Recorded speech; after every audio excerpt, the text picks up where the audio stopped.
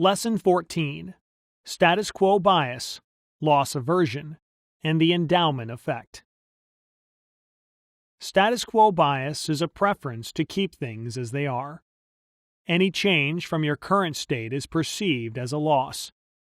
As a result, making positive changes in your life can be much harder than you think, simply because you will perceive them as losses, even if the current situation is no longer optimal for you. I'll focus on two major, lesser biases that can interact with the status quo bias. The first is loss aversion, the tendency to strongly prefer avoiding losses to acquiring gains. The second is the endowment effect, the tendency to ascribe more value to things merely because you own them. To put these in perspective, let's say you want to go on a diet. There's still a lot of unhealthy food in your house, but because of the endowment effect, you perceive a high value to the food you have. The loss aversion makes you prefer avoiding losing the food you spent money on to making the more optimal decision, donating the food, and gaining a house free of temptations. Because of these two, essentially combining into the status quo bias, you will keep the unhealthy food at home. Then, thanks to the restraint bias described in the last lesson, you'll be more likely to give in to temptation and eat it.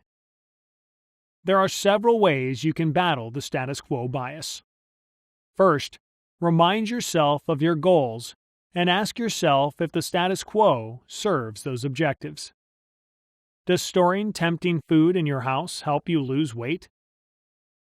Next, ask yourself whether you would pick the status quo if it wasn't already the current state of things. Would you still want to have junk food in your house if it was already free of it? Then, try coming up with several alternatives to the status quo. Instead of seeing things in black and white, having or not having, come up with more ideas. You can donate the food, or you can also give it to your friend to keep for you. Finally, choose an alternative. Don't succumb to the status quo simply because you have a hard time choosing between alternatives. If you're unsure whether you should donate the food or give it to your friend, don't resort to the easy choice of not doing anything. Toss a coin if you have no idea which to do. Being aware of the status quo bias and using the 4 techniques when you're tempted to not act, even if you're aware the current situation is bad for you, will help you break through resistance and take positive action.